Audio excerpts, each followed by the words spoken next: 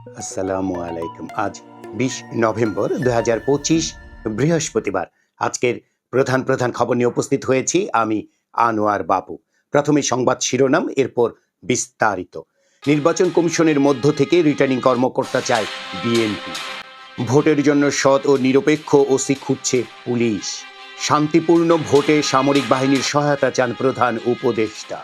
দেশের বর্তমান রাজনৈতিক পরিস্থিতিকে ট্রানজিশনাল পিরিয়ড আখ্যা দিয়ে বিএনপির মহাসচিব মির্জা ফখরুল ইসলাম আলমগীর বলেছেন, এখন নির্বাচনের মধ্য দিয়ে গণতান্ত্রিক প্রক্রিয়ায় ফিরে যাওয়া এবং গণতান্ত্রিক সংস্কৃতি গড়ে তোলায় সবচেয়ে বেশি প্রয়োজন।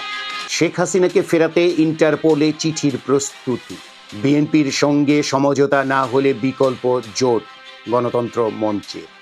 জাতীয় নিরাপত্তা উপদেষ্টা ডক্টর খলিলুর রহমান ভারতের জাতীয় নিরাপত্তা উপদেষ্টা অজিত দোভালের সঙ্গে বৈঠক করেছেন। এ সময় অজিত দোভালকে বাংলাদেশ সফরের আমন্ত্রণ জানিয়েছেন ডক্টর খলিল। বাংলাদেশ ব্যাংকের প্রজ্ঞাপন, 10 দিনের নোটিশে খেলাফি ঋণ অবলোপনের সুযোগ। তত্ত্বাবধায়ক নিয়ে আপিল বিভাগের রায় আজ। পটুয়াখালী 3 আসন, বিএনপির ফাঁকা রাখা আসনে প্রার্থী হওয়ার ঘোষণা দিলেন ভিপি নূর। বিএনপির ভারপ্রাপ্ত চেয়ারম্যান তারেক রহমানের আজ 61তম জন্মদিন। অগ্রণী ব্যাংক থেকে নিয়ম বহির্ভূতভাবে 51 কোটি টাকা ঋণ নিয়ে আত্মসাতের অভিযোগে করা মামলায় ইসলামী ব্যাংকের সাবেক চেয়ারম্যান ওবায়দুল্লাহ আল মাসুদকে গতকাল বুধবার কারাগারে পাঠানো হয়েছে। জামায়াত সহ 8 দলের সমাবেশের ঘোষণা। পাল্টাপাল্টি অবস্থানে মোবাইল ফোন বিক্রির 2 সংগঠন। বাংলাদেশের সঙ্গে করা বিদ্যুৎ চুক্তি নিয়ে তদন্ত প্রতিবেদন না আসা পর্যন্ত সিঙ্গাপুরে আদানি গ্রুপের সালিশে যাওয়ার বিষয়ে নিষেধাজ্ঞা দিয়েছেন হাইকোর্ট। ময়মনসিংহের নান্দাইলে গ্রেপ্তার আতঙ্কে 6 দিন ধরে নেই চিকিৎসক। ইতালি যাওয়ার পথে লিবিয়ায় মাফিয়ারা মাদারীপুরের 3 যুবককে গুলি করে হত্যা করেছে বলে অভিযোগ উঠেছে। এদিকে লিবিয়া থেকে ইতালি যাওয়ার পথে নৌকা ডুবিতে গোপালগঞ্জের মুকসুদপুর উপজেলার 2 যুবক প্রাণ হারিয়েছেন। একই উপজেলার আরও 5 যুবক নিখোঁজ রয়েছেন। শিক্ষকদের কর্মবিরতি, ঢাকার সরকারি 7 কলেজের দাপ্তরিক কার্যক্রম বন্ধ। চোর সন্দেহে পিটিয়ে হত্যা, পরিবার বলছে ডেকে নিয়ে খুন। ঘটনাটি ঘটেছে ঢাকার কেরানীগঞ্জে।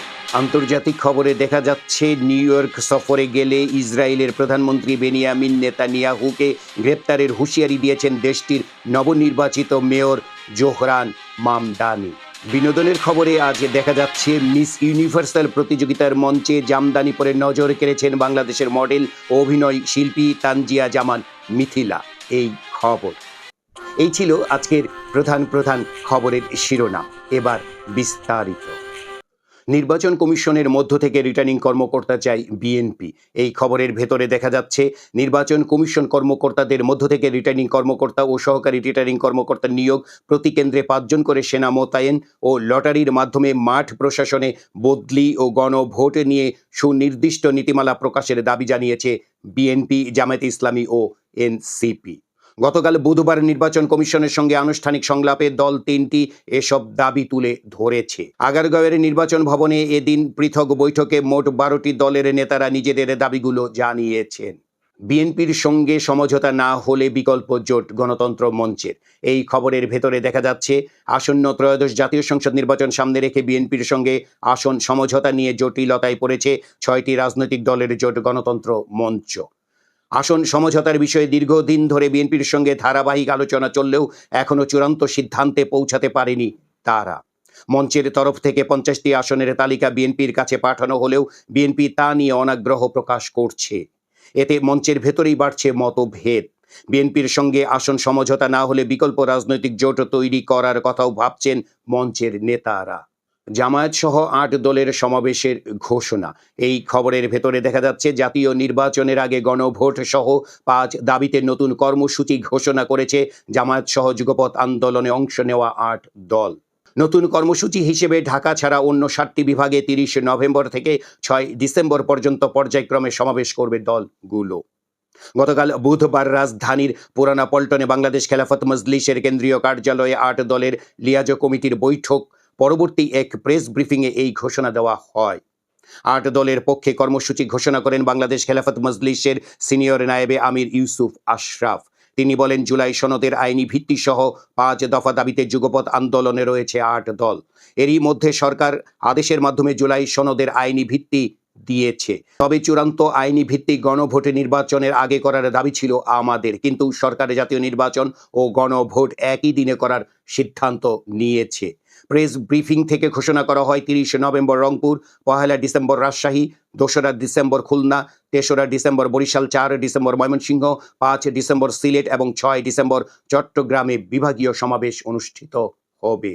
পাল্টাপাল্টি অবস্থানে মোবাইল ফোন বিক্রির দুই সংগঠন। এই খবরের ভেতরে দেখা যাচ্ছে মোবাইল ফোনের দোকান বন্ধ রাখা নিয়ে পাল্টাপাল্টি অবস্থান জানিয়েছে এই খাতের দুই সংগঠন।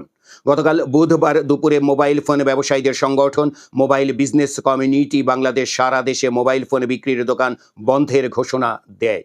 এরপর সন্ধ্যায় পাল্টা বিজ্ঞপ্তি দিয়ে মোবাইল ফোন উৎপাদনকারীদের সংগঠন mobile phone industry owners association of Bangladesh তারা জানিয়েছে সারা দেশে বৈধ মোবাইল ফোন উৎপাদনকারী ও আমদানিকারকদের দোকান খোলা রয়েছে এবং সাপ্তাহিক ছুটির দিন ছাড়া খোলা থাকবে।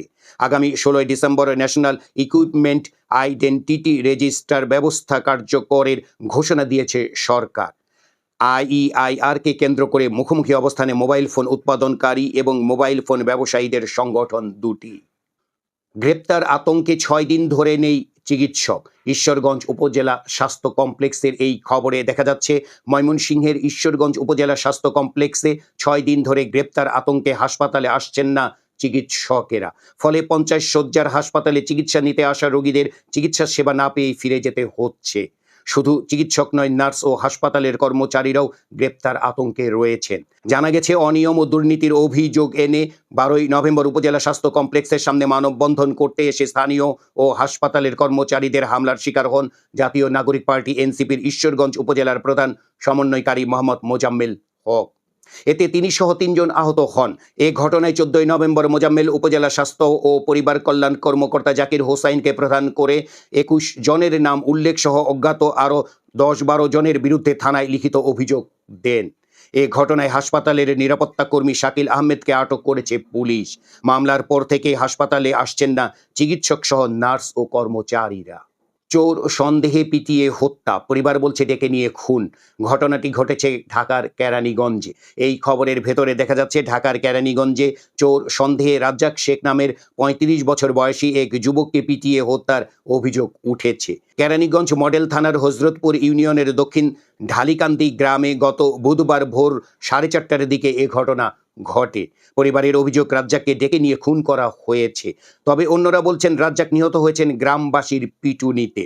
এ ঘটনায় জিজ্ঞাসাবাদের জন্য ৩ জনকে থানায় নিয়েছে পুলিশ।